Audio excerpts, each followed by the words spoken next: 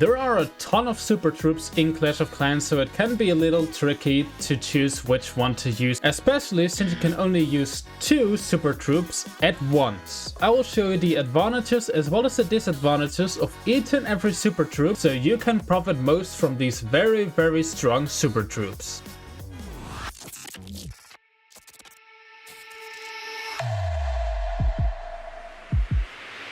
And for this, I've set up this wonderful tier list where I will go through every single super troop, rank them in one of these categories, and then I will also tell you a little bit about how you can use each and every super troop so you will have an easy time. First comes the Hound.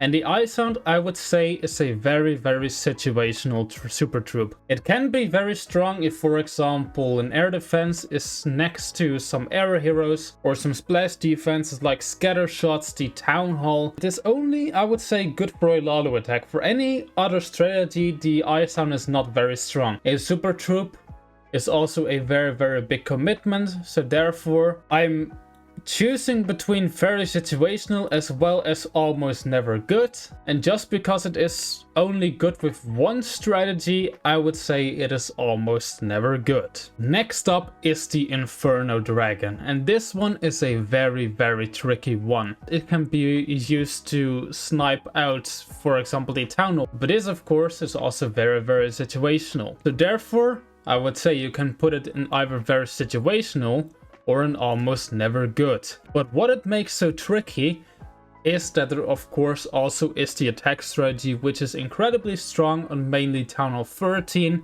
as well as in Town Hall 14 with the Inferno Baby Dragons and the Skelly Dragons. The Inferno Dragon has a, I would say, spam attack in comparison to the Hound, which has absolutely nothing. It is just good in one situation and one single strategy. I would say it is still very situational because, well, it's just not good enough to be good in most situations, where we will probably come to with some of the next troops. The Rocket Loon again is probably a super troop I would put in very situational. Of course, if you're a professional player, then you can also use it in almost every single attack, combined with a fireball, combined with a giant arrow. But most of the Clash of Clans players, of course, aren't as good as some of the professional players, even though they would probably love to. It can be very strong to snipe air defenses if there is just one defense in front of them or no defense at all. Then the rocket balloon can be very interesting, as well as, for example, to tank for a super archer blimp if you want to send in a super archer blimp straight into the base, but therefore I will still put it in very situational. But talking about good in most situations, we are coming to the Sneaky Goblin. Do I put it in good and in most situations or in very situational? It only targets storages or mines, so therefore it is very good for farming, which is also a situation. It is not every single attack. Not every single attack of yours is a farm attack. And also on, for example, war attacks where you want to get a 3 stars, it is only good to get some storages as well as get some pumps. But for example, it is not going to target any cannons, it's not going to target a laboratory or a barracks. So therefore most of the players currently tend towards using the Super Barbarian for funneling instead of the Sneaky Goblin. Early in the days was a must use. It was completely a must use. Every single attack had Sneaky Goblins in them just to funnel your troops, but nowadays it's most likely going to be the Super Barbarian. It's just the best super troop for farming. If you want to get loot as quickly as possible, just train mass Sneaky Goblins and you will have no problem at all farming a ton of loot. Another very interesting super troop is the Super Archer. And I'm going to probably trigger some people, but I would say the Sneaky Archer is good in most situations, because almost in every single base there will be the possibility to use a Super Archer blimp. So you can use Super Archers in a blimp and still have 2 other super troops to use. So therefore, if you put it in your clan castle, you can use a total of 3 super troops. So therefore, I would say it's not very situational, but maybe it's also not good in most situations. but it is surely good in some situations. Next one up in the list is the Super Barbarian, and this troop has probably gotten the best price out of all super troops in the last, I would say, 5 to 6 months, or even a little bit before, because in Town of 15 as well, for most pros as well as for most players, it was the go-to super troop after a super archer blimp. It was so incredibly strong that Supercell even had to nerf it, even though it was already in the game for so incredibly long. Many of the players completely ignored it. Well, almost everyone, every single player completely ignored it, and then its true potential came to show. And even though it got nerfed, I believe, maybe also multiple times, it's still, I would say, the second best super troop in the game. It is just good in every single scenario. It's good for funneling, it is good for taking out defense, it's good for tanking. It's just good in so incredibly many scenarios that, in my opinion, the Super Barbarian is a must use. And now we come to the Super Bowler, which of course is such an incredibly strong troop, but also strong in one single strategy. You can use it in a Super Bowler smash, but that is basically it. When you're using them in a Super Bowler smash, in a Super Bowler attack strategy, they're incredibly strong, so therefore I would say good in most situations, since, well, probably on every single base there is a way on how to crack them with Super Bowler smash. So therefore it is good in most situations, it is good on every single base or almost every single base. It's very, very hard to defend if used correctly. So therefore, if you're good with the Super Bowlers, like for example Yara, then you probably won't have any problems with any base in Clash of Clans. Same goes with the Super Dragon, also a very, very strong attack strategy if used correctly. It is good for Legends League, it's good for Clan War. It can also be very, very strong for farming, since, well, you probably don't need many heroes for it. You can just spam in your Super Dragons. I would say Super Dragons are relatively similar to Electro Dragons, just that Electro Dragons are maybe sometimes even more situational and can't be forced on every single base. But Super Dragons is always a very, very good option.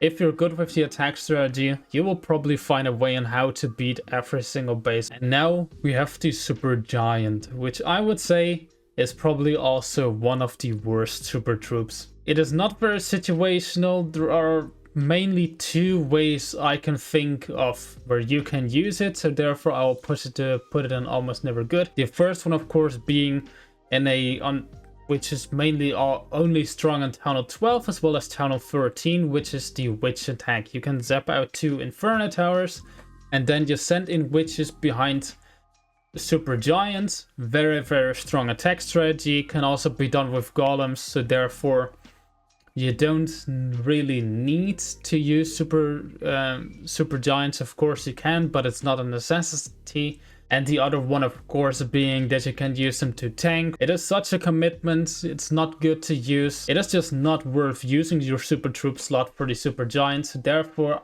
I think it's very well suited to put it in the almost never good category. Next one in the list is the Super Hog Rider. And this one I would say is also good in most scenarios, since, well, it is very, very strong as well on its own strategy. Just like the Super Dragon, just like the Super Bowler, the Super Hog Rider is also good on its own. You can use it with a hero dive, you can use it with a queen charge, you can use it in combination with lightning spells. If you combine Super Hog Riders with normal Hog Riders, which is also called the Hog Hybrid, so therefore I would say the Super Hog Riders are also good in most situations. The Super Minion is not a very interesting one. It is good in the defensive clan castle, it can be good on offense to put in your blimp with a Super Minion blimp. When you're not doing one of those two things, so the only main case to use it is to snipe some defenses in combination with, like, for example, an Electro Dragon attack. It can also be very strong to put inside your siege barracks, which of course many pro players are currently doing. It can be strong in some situations, but not in every single attack. If you use the troop on its own, it's not strong at all. It's, I would say, very, very bad. But still, I would say the Super Minion is a very, very situational troop. The Super Valkyrie, long story short, we don't need to talk about this troop very much. It's just bad. It is not a single use case where the Super Valkyrie can be good. It's bad on defense, it's bad on offense. The rage spell just doesn't last long enough. The range is not big enough. Just don't use the Super Valkyrie. It's not good. It's absolutely not worth wasting so much Dark Elixir. The next super troop, we have the Super Wall Breaker. And this one we also don't have to do a lot of talking. It's a must use. Best super troop in the game. Has to be used in every single attack strategy, or well, almost every single attack strategy. The only way where you don't use it is if you don't need to do a wall break. If you need to do a wall break, which would be on most bases, then the Super Wall Breaker is just your go-to.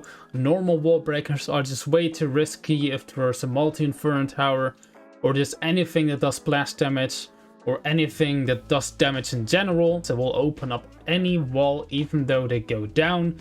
For normal wall breakers you need a total of 6 to open up a wall, so the Super Wall Breaker is just a no-brainer. Use it in almost every attack strategy and you will be good to go. The Super Witch is also very strong on its own, and that's basically the only way to use it. It's bad on defense, it's good on offense if you use it on its own.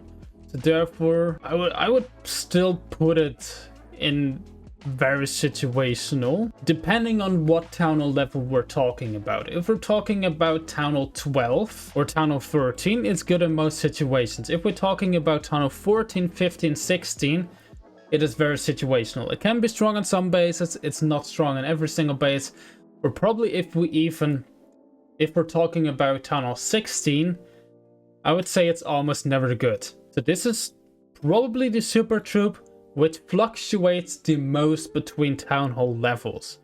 Town Hall 12, Town Hall 13, good in most situations, maybe even a must use. On Town Hall 12, I would say it's a must use. On Town Hall 13, it's good in most situations. Town Hall 14, Town Hall 15, it can be very situational. Town Hall 16, it's just almost never good. And last in the list is the Super Wizard. And I would say this one is also very situational. The only way where you can use it is inside of a battle blimp, which is called the Blizzard. The Blizzard is incredibly strong, especially in the lower Town Hall levels, like Town Hall 11, Town Hall 12, Town Hall 13.